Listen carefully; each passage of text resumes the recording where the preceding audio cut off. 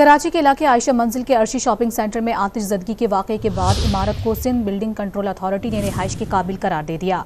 SBCA के inspection team की सरबराह additional director general बनीश Shabbir ने मुतासरा इमारत के दौरे के बाद मीडिया को बताया कि इमारत मखदूश नहीं है, रिहाइश के काबिल है। ग्राउंड फ्लोर और मेज़-9 फ्लोर शदीद मुतासिर है और इमारत के सतून की मामूली मुरम्मत की ज़रूरत है।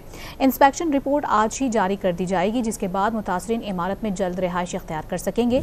गुज़िश्ता रोज़ मार्केट में लगने वाली आग ने इमारत को भी अपनी लपेट में ले लिया था। आग लगने से 5 अफराद झुलसकर जाँ भाग हुए थे।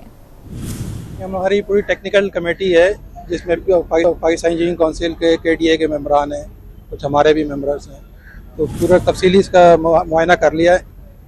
तो बज़ाहिर ये तजुर्बे की बुनियाद पे कह सकते हैं स्ट्रक्चर डैमेज तो नहीं है, लेकिन इसकी फाइनल रिपोर्ट हम लोग 1-2 घंटे में सबमिट कर देंगे। फिर आपको ऊपर फ्लैट भी बेहतर हालत में कि वहाँ पे कोई ऐसा डैमेज नहीं हुआ है। ग्राउंड फ्लोर पे ज़्यादा डैमेज है, लेकिन वो रिपेयरेबल है।